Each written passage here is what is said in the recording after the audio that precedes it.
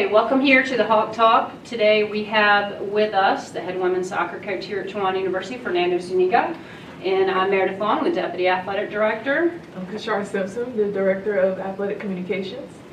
And today we are going to talk a little bit about women's soccer, the history, your history here. We thank you for coming on and joining us today. The road for a lot of college coaches is definitely not linear, but yours kind of is, because you've done all your college coaching right here on this Chowan road. So talk to me a little bit about that road for you. Yeah, I think it's always, like you said, it's a bit of a different one, basically, from a lot of colleagues that I've had and I've spoken to in the past. I think having the opportunity to play my 4 years here as a student athlete and then get the opportunity to get into the coaching ranks straight after, it's definitely obviously a blessing, and it's been a bit of a different road because I've only known Chowan, and that's all I know in my career. But again, I think that we are in a very special place and an interesting scenario, like I said, with how I transitioned from playing on the men's side into the women's side. And again, I think it's been a crazy last 10 years. Yeah, so you started as a player here. You played 4 years as a backline player, and then you were a student coach. Is that right? Yes, yeah. On the men's side. So talk to me a little bit about that transition from the men's side of coaching to the women's side. Yeah, I think there was, I didn't anticipate as many differences as I did encounter. Now, I believe that a lot of those differences are probably very different from what most people think you're going to encounter, right? I think one of the main ones I heard from a lot of colleagues when I made when I started on the women's side, coming from the men's side, was, the potential for team conflict in the locker room, right? And the belief that it might be a little bit more on our end of the hall than it was on the men's side. And that's definitely something that I think I would disagree with. I think there's just the same amount of little team conflict that arises throughout the school year. But no, I think just from my perspective, a lot of the things that I've learned, at least being over on the women's side as opposed to what I saw on the men's side, I think the mentality is something that I've really come to enjoy, something I definitely wasn't expecting, to see our young ladies, the way they approach the game, and then how that translates to what they do in everyday life is something that, again, to me is very special and something I didn't anticipate that. I'll be completely honest with you, coming on this side of the hall. And second one of those, that I sort of was already thinking about was just going to be not to say that we didn't care as student athletes about our academics, but it definitely at times was something that was sort of in the back seat, especially during the competitive season. But to see how, again, our young ladies approach the academic side of things during the school year, again, it's very fulfilling, and I think that it motivates me to keep doing the right things and to keep helping the program grow, because I see how much they care about, how much education is important to them as well. So we're going to come back. We'll circle back to that and how you have integrated academics as part of your big push for recruits. But what is it about Chowan that is unique, that makes this place special for you to not say, hey, I'm going to go pursue this opportunity somewhere else? Because certainly there's been opportunities for you in other places. Most coaches have those opportunities. But what's kept you here? I'd say the people. The people first and foremost. I know a lot of places, a lot of companies across loads of industries, they use the term family a lot. And that's something that I believe that when we use it here at Chowan, we definitely mean it. And you get that feeling from my belief from the first minute you sit on campus. And you fast forward it now. I got here as a freshman in 2011. So throughout that time, that's one constant that's been here. Whether there's been wins, losses, good years, bad years, COVID, all these things, right, that have happened throughout that time. But I'd say the word family is something that has been a constant, and it's something that's definitely kept me here. So what is your recruiting pitch? So me and Kashar are coming here. We're like the top 1-2s on our club team. What are you doing to sell Chowan to us? Yeah, I mean, going back to what I said after the first question, right? To me, Chowan is a special place, and that's definitely what we begin with our prospective student athletes, right? We talk about what makes us special, right? What separates us from all the schools that are within the state and just within the East Coast. And I always like to harp on the family aspect, not just as far as it relates to campus, but what it means to our program specifically, and how our players operate on a day-to-day basis, and how they buy into that mentality of we've got to be there for one another, whether we're on the field for 90 minutes at a time, or we're one of the players that maybe didn't get an opportunity today to get onto the field, right? That we're still the same, and that we're going to have each other's backs no matter what happens. And then we obviously talk about what makes us special, right? We have I wouldn't say a running joke within the team, but I think we have a tagline where we understand when we travel to other schools in our conference, right? We may not necessarily always have better facilities, but we know what we've got, and we do the best that we can with what we have. And to buy into that mentality, I think is something that unlocks potential to keep kicking on, to keep getting better and better year after year. And if you want to be a part of that, then this is the place for you. If you want the big bright lights, big city skyline, this is not the place for you. But if you're going to come to a place where you know you're going to be looked after, where you know you're going to compete, ultimately take pride in what you do on the day-to-day, then this is definitely the place for you. You know, one thing that I admire about the women's soccer program is the coaching staff. Y'all are like a well-oiled machine. With Coach Durrell and Rachel Stetson, what can you say attributes to y'all's success in working so well together? Yeah, I think it comes back down to embodying what we preach on a day-to-day basis, right? And it starts, I tell the recruits, going back to the question we just asked, right? When we talk to our recruit, right, we always talk about the good things, and it's always important for me that never changes from the minute they leave campus as a prospective athlete to when they get back in August of the freshman year, and that shouldn't change through the next 4 years. And again, I think that comes back down to us and how, as the staff, that we embody that each and every day. And I challenge us, and I'm the biggest critic of myself, and ultimately at the end of the day, I can't ask my staff to do something that I don't do myself. And those two, you said, Rich and Rachel, have been great, especially with the way that our season started this past year, just in terms of the coaching turnover, and Rich stepping into a new arena and Rachel sort of taking on more responsibility. I think both of them really, again, took it as best as they could, and have done great with it, and just ran with it, and really thankful for everything both of those two do for the program. So one of the cool things about being a coach, and you've been doing this long enough to see graduates of your program go on and do what it is they're going to do in their life. And that's one of the most rewarding things, is to see where your student athletes end up, because soccer is a small chapter in your life. Any college sport is. But we were talking the other day, you and I were, about all of the former Chowan women's soccer players that are now doing things like coaching. How many do you have in the college ranks right now, and how important is that, and what does that mean to you, really? Yeah, in terms of the college coaching world right now, we've got 4 that are currently coaching in the college ranks, and then we've got about another 5 that are sort of in the club world, all right, and maybe doing some volunteering with college programs.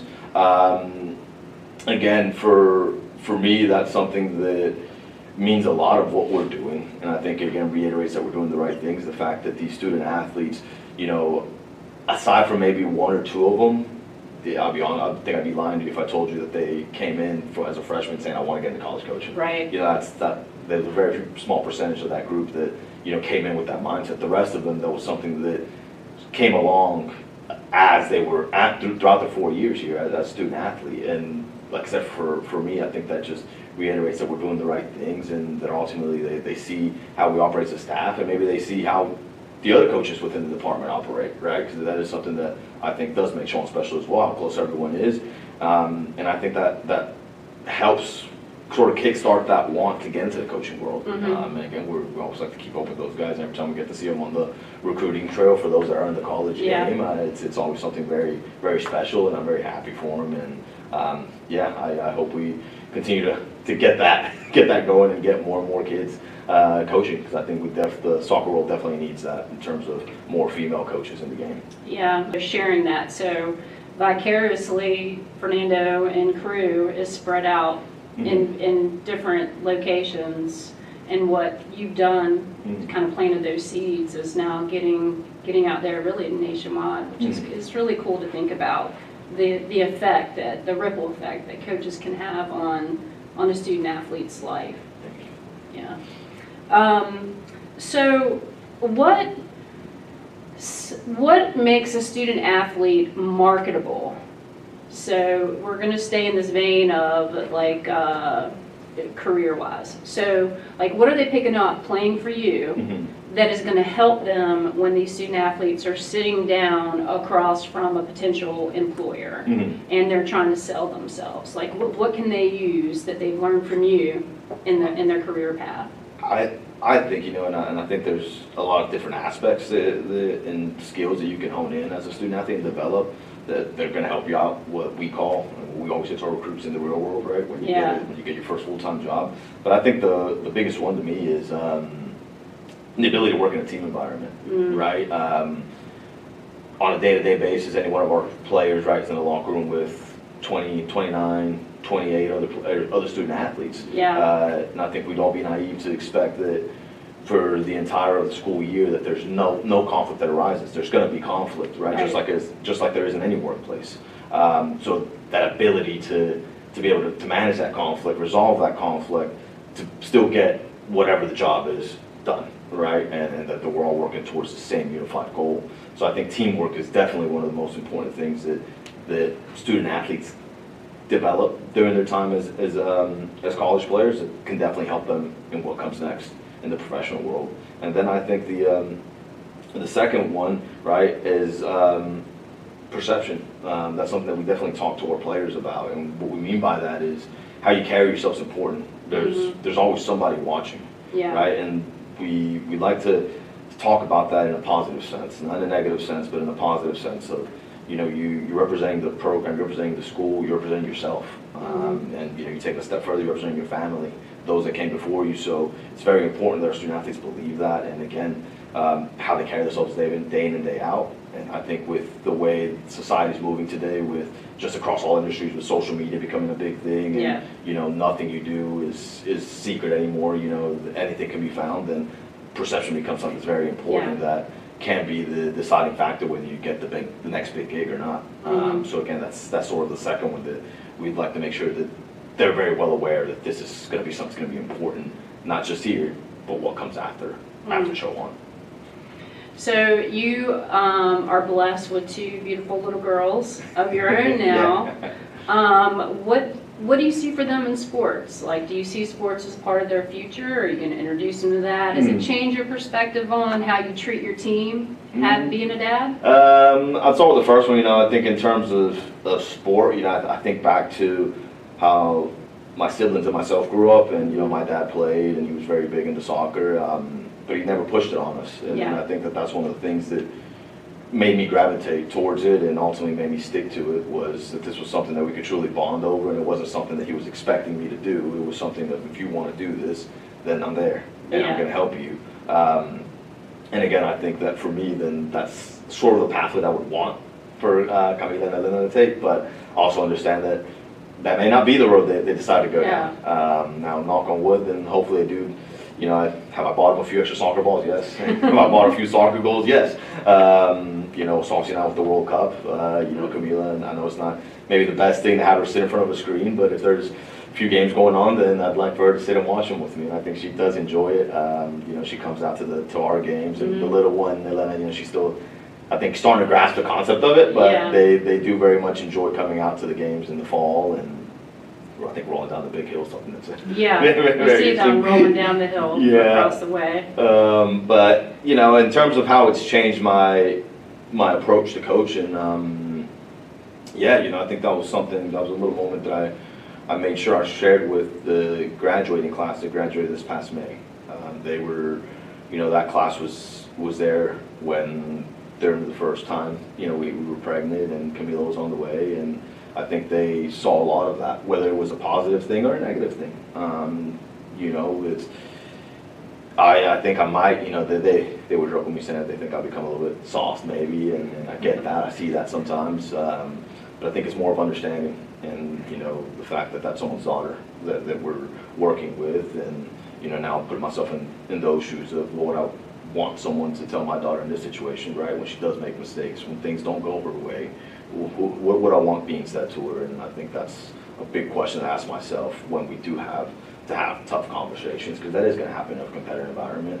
You are going to have tough conversations, so it definitely has helped me prepare for that. Yeah. How I approach that. Yeah. A lot of tough conversations in sports, and I think that's good that there's that trauma bond, adversity. We can all get through anything in athletics, and I think that's one of the selling points. But I'll turn it over to Kishara. She probably has some questions. I don't have a question, but I do have a compliment.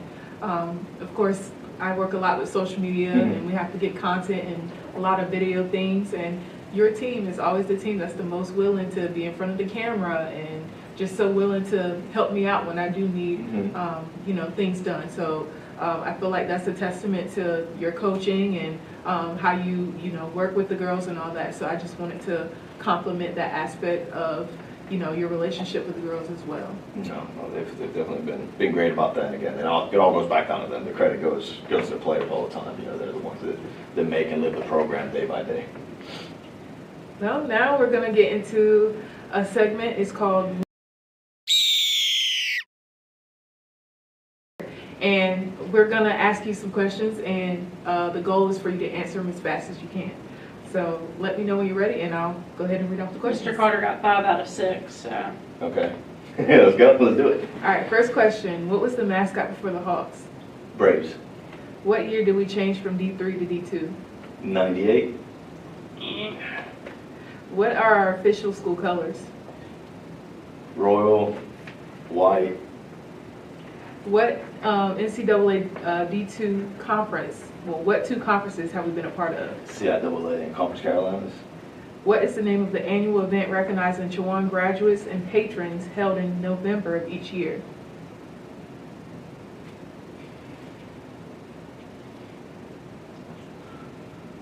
Took a pass on that one. Last one. Name one of the sports on campus that we've had a conference championship in. Men's soccer. We'll spin back to the one you passed. What is the name of the annual event recognizing Chowan graduates and patrons held in November of each year?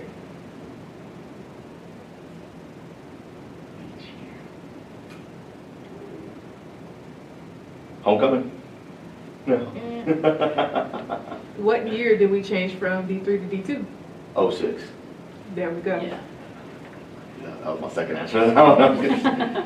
Yeah. What's the Hall of Fame. Hall of Fame. Okay. Yeah. And I was thinking about that. I was like, let's say athletics though. So yeah. 5 out of 6. We're going to have to switch these questions up for our boss coming on next. Yeah. Because he's over there Googling right now.